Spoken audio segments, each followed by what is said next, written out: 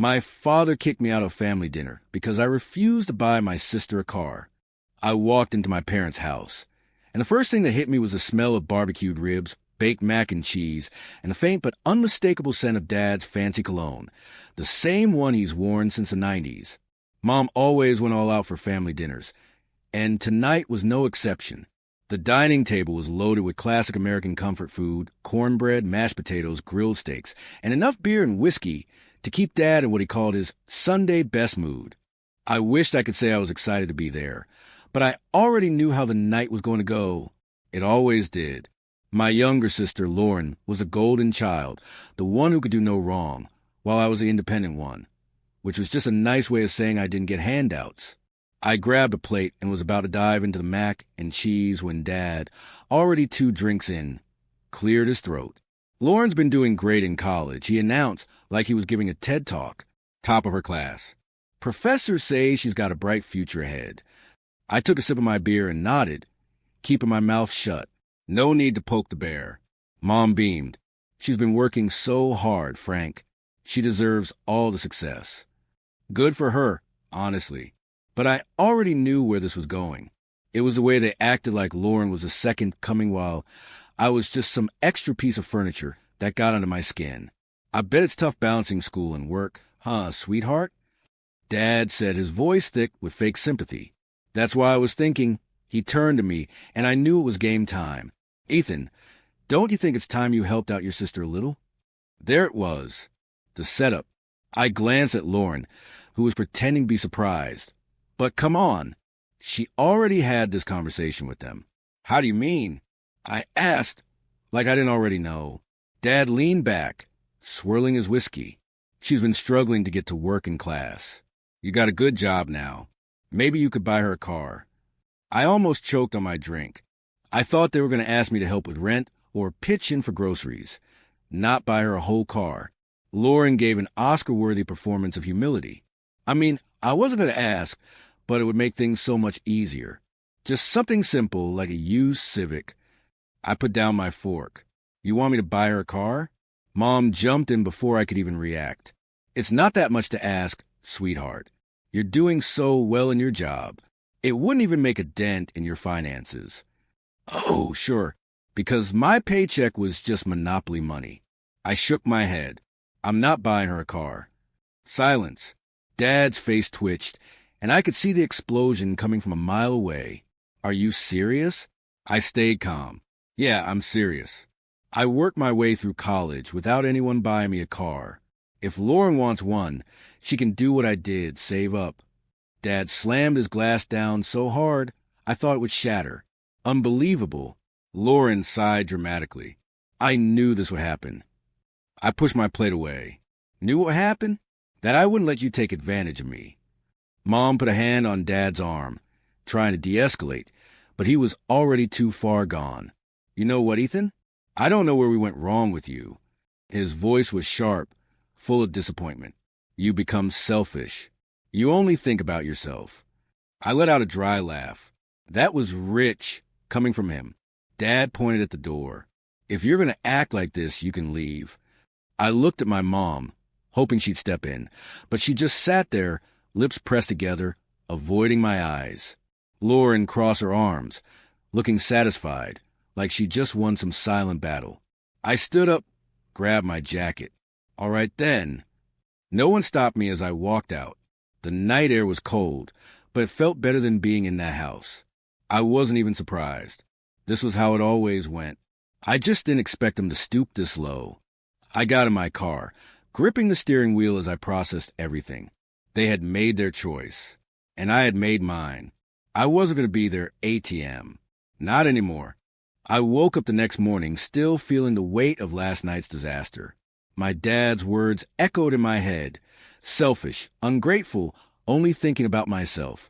I sat up in bed, rubbing the sleep from my eyes, but the frustration was still there. I dragged myself to the kitchen, started a pot of coffee, and checked my phone. A couple of notifications from work, some emails, nothing urgent. But then my eyes landed on something I hadn't thought about in years. The shared account with Lauren, back in college, when I was still dumb enough to believe that families should always help each other. I had set up that account to give her a little financial cushion if she ever needed gas money or emergency cash. I had almost forgotten about it. Something told me to check it. I opened my banking app, scrolled to the account, and my stomach tightened. This was an emergency fund. This was a full-blown lifestyle sponsorship. Rows and rows of charges. $7.85. Starbucks. $22.50. Ulta. $109.99. Sephora. More Starbucks. More online shopping. Apple Music. A recurring charge for Netflix. My jaw clenched as I scrolled further. Hundreds blown on delivery apps. Grubhub, Uber Eats, DoorDash. Lauren had been living like a VIP while I assumed she was struggling to get by. Then I saw it. A $600 charge from some boutique in L.A. I let out a short laugh, one of those dry, humorless ones. Barely getting by, huh? I didn't even hesitate. I went straight to the settings, removed my name from the account, and transferred every last cent into my personal savings. A few seconds later, my phone started buzzing. Lauren. I stared at the screen, debating. Decline the first call. Buzz. Decline the second. Buzz. Third time's a charm. I sighed and finally answered. What the hell, Ethan? Her voice was high-pitched, somewhere between outrage and panic. I just tried to buy something, and the car got declined. I poured myself a cup of coffee, keeping my voice even. Yeah, I closed the account. Silence. Then she practically screeched, You can't do that. Oh, I can. And I did. I could hear the dramatic inhale, the kind of huff people do when they're used to getting their way and suddenly don't. You didn't even tell me. I have bills. Ethan, what am I supposed to do? Get a job that covers your lifestyle. I said flatly, You're joking. Dead serious. She let out a noise that was half laugh, half disbelief. Oh my God, you're actually insane. I took a sip of my coffee. Lauren, I've been paying for your nonsense for years. Starbucks, makeup, Netflix. I don't owe you any of that. Her voice went from pissed to pleading. It's not like that. This month has been hard, and I cut her off. Lauren, I went through years of hard months, and you know how I dealt with it? I budgeted. Silence. Then she sighed. Mom and Dad are going to lose it. That made me pause for half a second, but then I shook it off. Yeah, let them. Maybe they can buy you that car they wanted me to get. Another sharp inhale, then the call disconnected. I sat back in my chair, gripping my coffee mug. The adrenaline was wearing off, but the frustration was still there. I wasn't the bad guy. I wasn't the selfish one. If they want to call me that, fine. I was done being their personal bank. Not anymore. The knock on my door came earlier than expected. I had just finished my second cup of coffee, still in sweatpants, scrolling through my phone, trying to shake off the leftover irritation from yesterday. The moment I heard the knock, I already knew who it was. I took a slow breath before opening the door, and there he was, Frank, my father, dressed in his usual weekend outfit, jeans, a flannel, and that belt he always tightened just a little too much, like it was part of his intimidation tactics. He didn't waste time. We need to talk. Of course we did. I stepped aside and let him in, mostly because I didn't feel like having my neighbors witness the family soap opera that was about to unfold. He walked straight to my kitchen like he owned the place, grabbed a coffee pot, poured himself a cup without asking, and sat down at the table like this was just another Sunday morning chat. I stayed standing. Lauren told me what you did. I leaned against the counter, arms crossed, waiting for the speech. I knew exactly how this was going to go. First, the disappointment. Then the guilt trip. And if that didn't work, the threats. You really think this is how you treat family? Cutting off your own sister? You know she's struggling. Struggling? I had the receipts to prove otherwise. Literally. I stayed silent, just watching him. He hated that. He wanted me to snap, to get defensive, to play into his game. I don't know where we went wrong with you. There it was. She's a college student, Ethan. She's supposed to be focusing on her education, not worrying about money. I sighed, rubbing my temple. Then why did she spend $600 at a boutique in LA? Or hundreds on Starbucks? Or Uber Eats? Or... His expression shifted, but just for a second. Then he leaned forward, his voice dropping into that condescending, fatherly tone. This isn't about her spending. This is about you, acting like you're too good to help your family. And there it was, the guilt trip. You got a good job, Ethan. You live comfortably. And yet, you can't even spare a little to make sure your sister has a roof over her head? I raised an eyebrow. Pretty sure she already has a roof over her head. Unless you're saying she's blowing her rent money too. He exhaled sharply through his nose, gripping his coffee mug. You're not getting it. Family looks out for each other. We don't abandon each other over a few bucks. Few bucks? I nearly laughed. So here's what's going to happen, he continued, sitting back like this was some kind of business negotiation. You're going to transfer the money back, or at least cover her rent for next month. That's all I'm asking. Asking? Right. I tapped my fingers against the counter, pretending to think about it. Didn't you say you'd cover her expenses if she needed help? Something about family looking out for each other. His jaw tightened. That was before I knew you'd turn your back on us. I let out a short, humorless chuckle. So when you offer help, it's family loyalty. But when I don't, I'm the selfish one. The muscle in his jaw twitched. He set his coffee down with just a little too much force. You're making a mistake, Ethan. I shrugged. Maybe, but at least it's my mistake to make. He stood, adjusting his belt like he always did when he was holding back anger. You think you're so independent now, but life is a funny way of humbling people. One day you're going to need us. And when that day comes, don't expect us to be there. I watched as he made his way to the door. He stopped for a second, hand on the knob, then turned back, his face unreadable. I'll fix this myself. I exhaled slowly, running a hand through my hair as the door slammed shut. Yeah, this wasn't over. I poured myself another cup of coffee, staring at the empty spot where he had sat. If he thought he could guilt me into rolling over, he was in for a surprise. A few days later, I was scrolling through Craigslist, half distracted while finishing my morning coffee. I wasn't looking for anything in particular, just killing time before getting ready for work, when something made me do a double take. A familiar-looking car. My car. I blinked, thinking I had to be mistaken. But no, there it was, right on the screen. My old '08 Mustang, the one I had worked my butt off to buy as a teenager, listed under some generic post titled, Great First Car, Well Maintained. I clicked the listing, my heart pounding. The pictures confirmed it. The slight dent near the rear bumper. The custom leather seat covers I had put in myself. That was my damn car. And the seller? Frank, my father. My jaw clenched so hard my teeth ached. He didn't even have the decency to mention it to me. Just decided that since I wasn't bowing to his demands, he'd start selling off my stuff. I grabbed my keys and was out the door in under 5 minutes. The drive to my parents' house felt longer than usual. Maybe because I was running through every possible way this confrontation could go. But I already knew how it would end. I wasn't leaving without my car. I pulled up the driveway, spotting it instantly. There she was, parked out front like a prop in someone else's garage sale. The sight of it made something tighten in my chest. I didn't even bother knocking. I walked straight into the house, where my dad was sitting in the living room, TV remote in hand like he didn't have a care in the world. Nice listing on Craigslist. I said, my voice even controlled. He barely looked up. You weren't using it. Figured someone else could. I let out a short laugh, more out of disbelief than humor.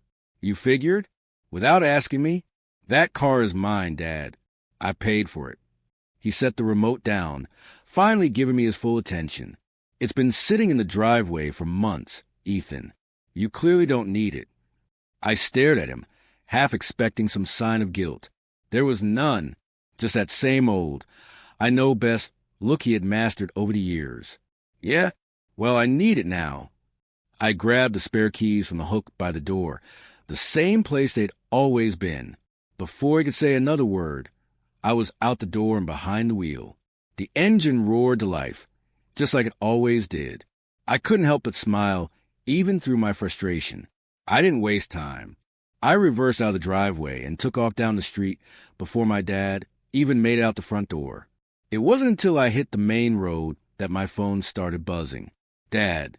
I ignored the first call, then the second. By the third, I figured I might as well see what kind of nonsense he was about to spew. I answered, "You stole that car." I almost laughed. Stole? I took back my own property. That car was in my driveway, under my roof. That makes it mine. That's not how ownership works, Dad. His voice was rising, that deep, authoritative tone he always used when he thought he could bulldoze me into submission. You can't just take it, Ethan. I was selling it. I already had people interested. I sighed, shaking my head. Yeah, well, now they'll have to be interested in something else. There was a long pause. Then, in a lower, more threatening voice, he said, "This isn't over." I hung up. Of course it wasn't over. I took the next turn toward my apartment, my fingers tightening around the wheel. The Mustang was mine again, but something told me that this was just the beginning of whatever game my father thought he was playing. I pulled into my complex's parking lot and just sat there for a moment, letting my hands rest on the wheel. The familiar scent of old leather and faint traces of the air freshener I used to keep in here filled my nose. This wasn't just a car.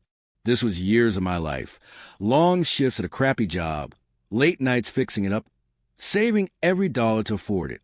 And my dad thought he could just list it online like some junk he didn't need anymore. I laughed under my breath, but it wasn't a happy one. If he wanted a fight, he was about to get one.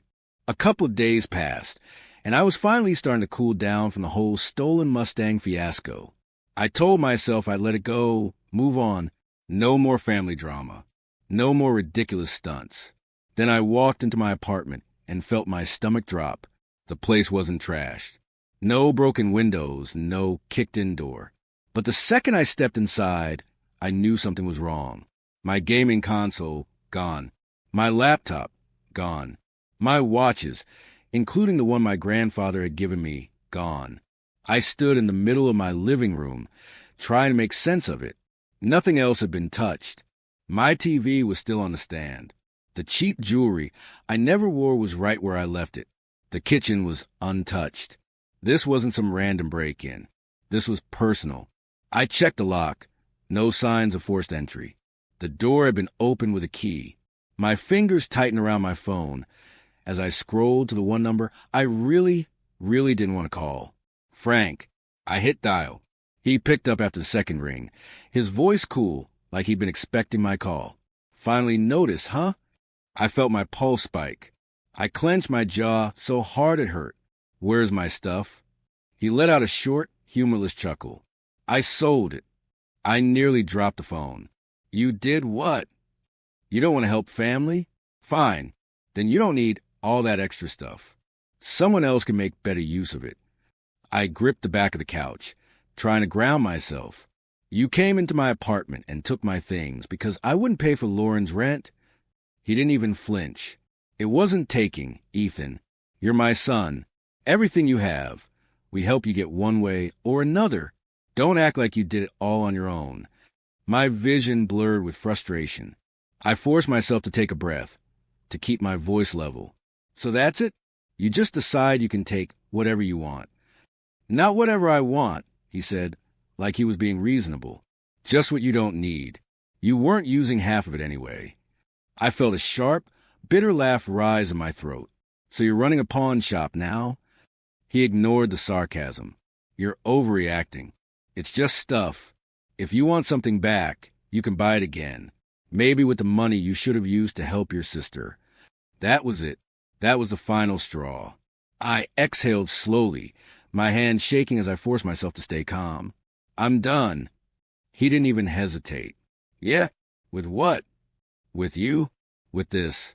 You want to take from me? Fine. But don't expect me to come running when you need something." Silence. Then a scoff. "You'll come back around. You always do." I ended the call. My whole body was tense, my hands gripping the phone so hard I thought it might crack. I wasn't sure what I was going to do next, but one thing was clear. This time, I wasn't going to let it slide. I sat down, staring at the empty spot where my gaming console used to be. My laptop had all my work files. My watches weren't just accessories. They had meaning. And this wasn't just some family issue anymore. This was theft. A real legal crime. And if my father thought I'd just roll over like I always had, he was about to get the biggest wake-up call of his life. I sat on my couch, staring at the blank space where my gaming console used to be. My laptop was gone. My watches, some of them family heirlooms, vanished. The anger that had been simmering finally boiled over into something clearer. This wasn't just another round of family drama. This was theft, and theft had consequences. I grabbed my phone and did what I should have done the second I saw my stuff was missing. I called a lawyer. After a few minutes of explaining my situation, the guy on the other end let out a low whistle. "Wow, that's a new one," he said, clearly entertained. Most people don't have to deal with their own parents pulling this stunt. I wasn't in the mood for jokes. "Can I do anything about it legally?" He didn't hesitate. "Absolutely. You have texts, a call log, and the fact that there was no forced entry.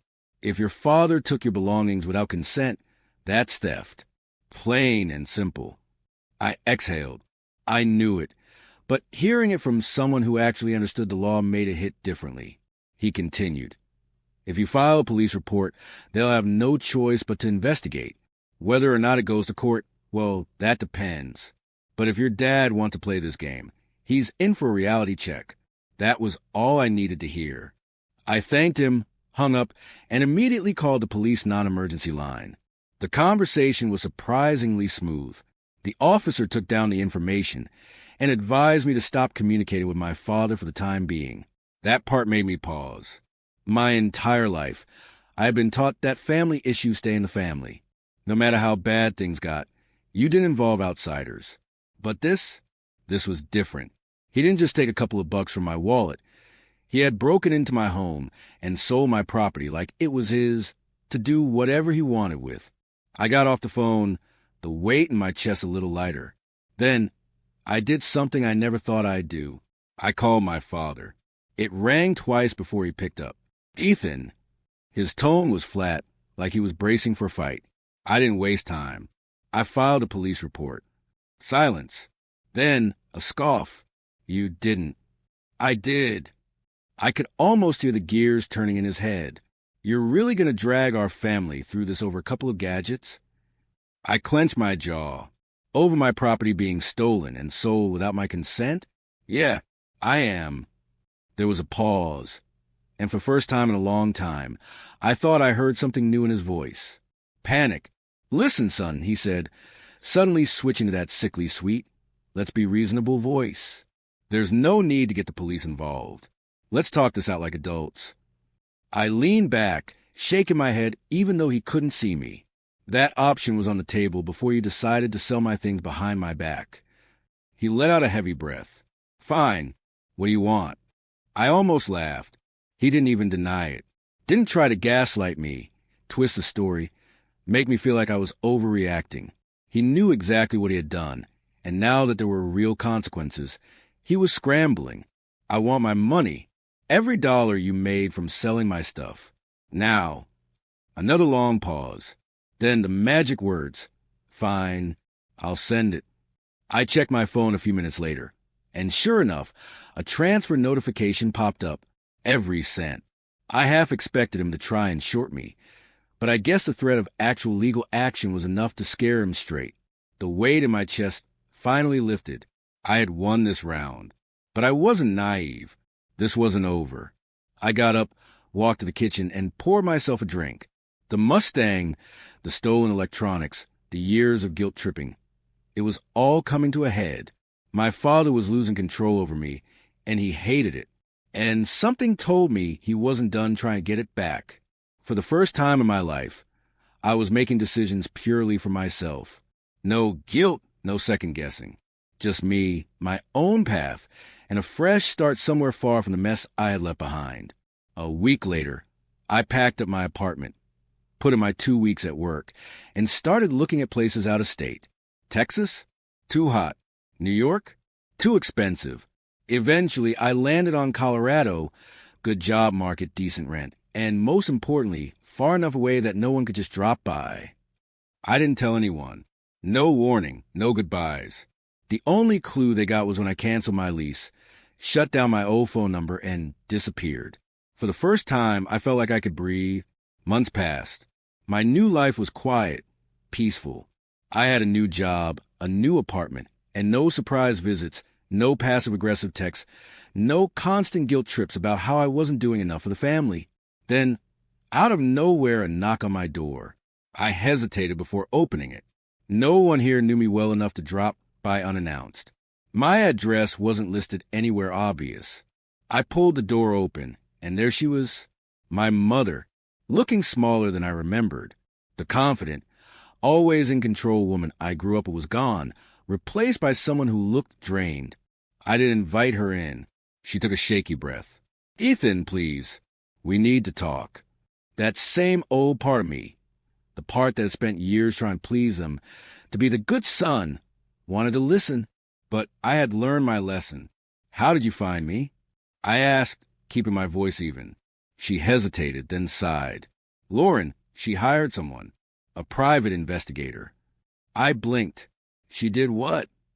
Mom pressed her lips together. She was desperate. "She's pregnant, Ethan. And your father, he lost everything. The business, the house. It's all gone." I didn't react.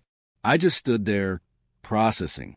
She must have mistaken my silence for hesitation, because she reached out, gripping my arm. "We need you, Ethan. Please come home." I stepped back, out of reach. "You mean you need my money?" Her face crumpled. "It's not like that." But we both knew it was. I exhaled slowly, shaking my head. I spent years being the family's financial safety net. Years bending over backward to be what you all needed me to be. And when I finally stood up for myself, you stood by and let Dad sell my things. She flinched. "That was your father, not me." I met her eyes. "And you let it happen." Silence stretched between us, thick and heavy. Finally, she sighed, rubbing her temple like she was the one exhausted by all of this. "I know we made mistakes," she admitted. "But Lauren," she's scared. "She's about to be a mother, and she has no one. Your father, he's not the same man anymore. He's broken." I didn't doubt that. Losing power over everyone around him probably felt like the end of the world. But that wasn't my problem anymore. I crossed my arms. "That's not my responsibility." Her lip trembled. "Ethan, we're still your family." I let out a short laugh. "Funny, I don't remember feeling like family when you let Dad throw me out of that dinner, or when he tried to sell my car, or when he broke into my apartment." She had no response to that. I sighed, rubbing a hand down my face. "I'm not coming back, Mom. Not now. Not ever." She wiped at her eyes, nodding stiffly. I had to try." And with that, she turned and walked away, disappearing down the hallway. I closed the door, leaning against it as I let out a slow breath. It was really over. And for the first time, I didn't feel guilty about it. The silence was refreshing. Months had passed since I last heard from my family. No guilt-tripping phone calls, no backhanded comments disguised as concern, no last-minute emergencies that conveniently require my financial assistance. For the first time, my life was just that, mine. Then my phone buzzed. I glanced at the screen, expecting it to be a work email or maybe a message from a friend. Instead, it was Lauren. "Ethan, I really need to talk. Please, it's important." I locked my phone and tossed it onto the counter. A year ago, I would have dropped everything, called her back instantly, let her tell me how hard things were and how, just this one time, she needed help. And then, just like always, I'd have been the one to fix everything while she reaped the benefits. But that was then. I had learned my lesson. The messages kept coming over the next few days, each more desperate than the last. "I don't have anywhere else to turn. You're my big brother. Doesn't that mean anything to you? I don't know what I'm going to do." I knew what she was trying to do, pull at the same strings she always had. The problem was those strings had been cut. And yet, Some part of me hesitated, because as much as I had worked to break free, there was still a small part of me that wanted to believe she had changed, that this wasn't just another attempt to manipulate me. So I did something I hadn't done in months. I checked her social media, and there it was, between the vague, inspirational quotes about family being forever and forgiveness setting you free. There were photos of her at restaurants, her buying baby clothes that looked more designer than practical, a brand new stroller that probably cost more than my first car, and in the comments, a conversation where she told one of her friends that her brother was too selfish to help his own family. That was all the confirmation I needed. I blocked her number. I could already imagine how the story would be told at family gatherings, if there even were any left. Ethan abandoned his pregnant sister. Ethan turned his back on his family. Ethan only cares about himself. But none of them had been there the nights I had laid awake wondering if I'd ever be more than just a family ATM. None of them had watched me struggle while pretending I was doing fine, because asking for help would only lead to lectures about how they had it harder. None of them had cared about me beyond what I could provide. And now, for the first time in my life, I was truly free. 6 months passed. I built a life in Colorado that had nothing to do with them. I had new friends who knew me for me, not for what I could do for them. I spent weekends hiking, visiting new places, actually living my life instead of waiting for the next disaster to clean up. I picked up new hobbies. Cooking, which I had never really had time for before. I discovered that I actually enjoyed it, not just microwaving something fast between long shifts, but real cooking. I found a great little farmer's market down the road, and Sunday mornings became my time to pick up fresh ingredients, chat with vendors, try new things. It was the kind of small pleasure I had never given myself permission to enjoy before. I started going to the gym again, not to impress anyone, but because it felt good to take care of myself. I wasn't constantly drained by someone else's problems, so I actually had energy to invest in my own health. Even dating felt different. Before, I had been so preoccupied with family drama that I never had the mental space to connect with anyone. Now I was finally in a place where I could focus on myself. And to my surprise, people actually liked me for who I was, not what I could provide. For the first time, I wasn't someone's backup plan. I wasn't someone's safety net. I was just me, and it felt incredible. I'd be lying if I said I never thought about them. Every now and then, something would remind me of home, a song, a smell, a stupid joke only my dad would have laughed at. And for a moment, I'd wonder if I had made the right choice. Then I'd remember what it felt like to be free. And I'd realize I had.